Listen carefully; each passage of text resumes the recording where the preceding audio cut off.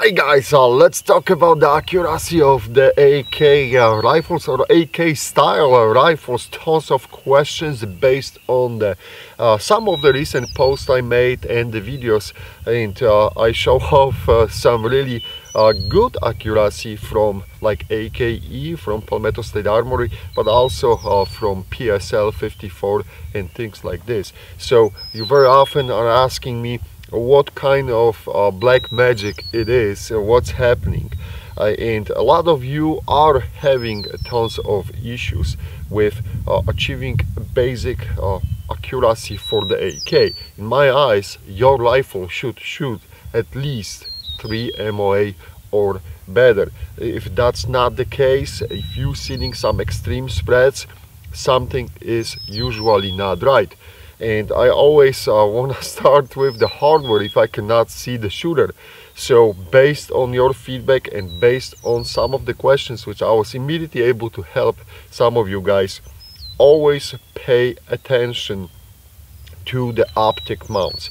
Some of you were talking to me, and we quickly discovered that the extreme spreads on the groupings were coming out from incorrectly secured optic mounts.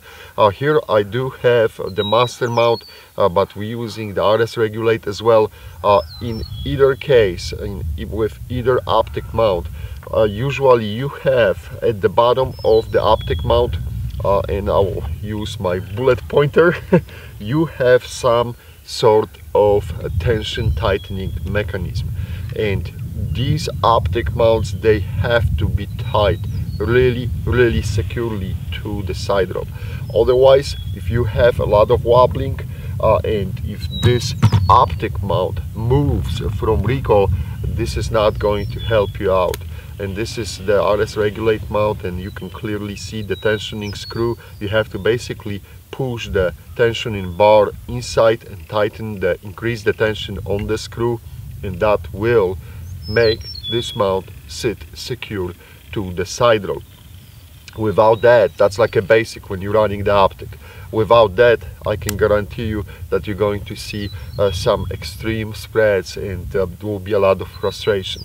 Also, another point I want to stress out: if you are not going to securely mount optic to the mount, again, you're going to have problems. Like in this case, we have a 5X optic, 5X prism scope on RS Regulate with ACOG, and you have 2 screws which are going directly to the scope. The same for the 3X or ACOG type of the optics. They always have some screws going through the mount to the optic. I usually add the blue Loctite on those screws and torque them according to the manual. So blue Loctite is helpful preventing for screws from getting loose. Basically, again, the recoil is a force, right? So when you got that repeatable force hitting the same spots and making everything shake, the screws will find a way to untorque themselves and walk out. The Loctite prevents this from happening. Also, on any other screws like RS Regulate, multiple layer mounts are lower and upper, you have to add the blue Loctite. Everything what you're using, anytime you have any kind of screws on AK rifles, I strongly suggest to use at least a blue Loctite. With red one, it's a little bit difficult because then the heat has to be involved in breaking the Loctite. So I use blue one, and it's really holding up and it's successful. The same goes, guys, and we talk about the side mounts, but if you have any type of the top rail or anything, and you have mounts with the screws, again, it's a good idea to use the blue Loctite on those screws as well. This is the dust cover rail on the Zastava Z92. I know a lot of you is running fully railed dust covers from many different companies. Make sure that all those dust covers mounts are secured to the rifle. If the dust cover is shifting from recoil, that's not going to help you out as well. So that's something to watch for. So I immediately look, first of all, how is the optic secured to the rifle if you're using an optic? How is the mount secured to the rifle? And is it the dust cover or is it a side rail? And these are like a basic steps of elimination. And then I'm looking at the screws, how the screws are sitting and interconnecting or interlocking with the system, because this is usually a weak link. The tensioning on the mount is not adjusted, and that's what is making the scope to wobble. You may not see it with the naked eye, but trust me, with the recoil will expose any mistakes and will take advantage of any weak links. This also goes to the integrated mounts with the optics, like on this PSL 54, and as you can see, this is the one-piece construction where the scope, not the one-piece construction, you got the 4 screws, but there is no upper portion. The scope is integrated to that mount, which is connected to the lower mount over here. But even here, check those screws, check the tension on the mount. If this is loose, if this is shaking, or it's not sitting tight, you're not going to have desirable results, and you will be frustrated. You will be angry, and you will be, messaging me and asking for the advice. So I strongly suggest always to check those mounts. Also, on rifles, if you're running a suppressor, alright, I have suppressors all over the place, make sure that the suppressor is actually sitting tight to the muzzle device, whatever you're using. If you got the suppressor loose and the suppressor is wobbling from the recoil, first of all, you're endangering the suppressor. Your can is in the real danger, right, of getting a baffle strike. But this will impact most likely your accuracy. If you have any vibration and it's changing the barrel harmonics and things like this, that's not good. So the suppressor should be tight to the rifle. That goes without saying. This is nothing new. We're just talking about the basics, but also I have seen this before. So if you're using suppressor, make sure the suppressor is sitting tight. As far as those type of the scopes, very often you have the rubber piece attached to them, to the end. I have found, at least for me, I really don't need that rubber piece.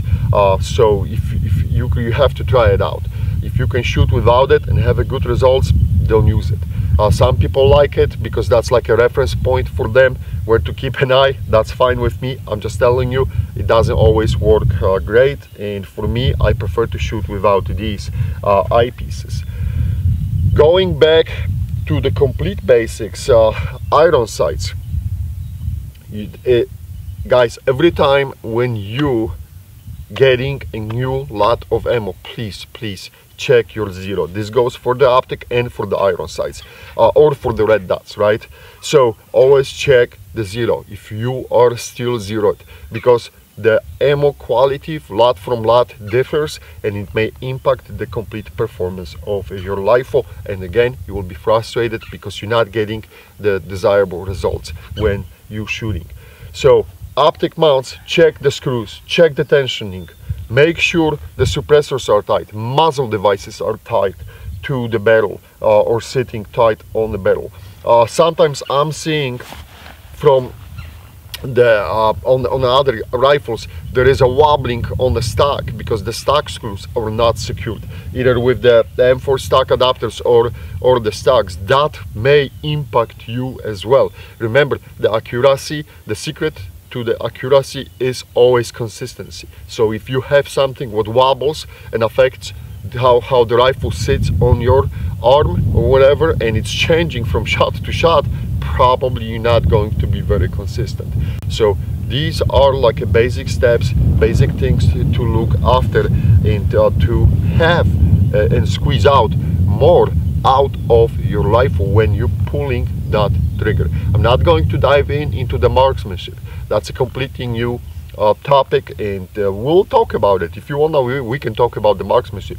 I love teaching marksmanship, and this is an absolutely something that I love to talk about. But without seeing a shooter, basic mechanical stuff I want to eliminate as much as I can.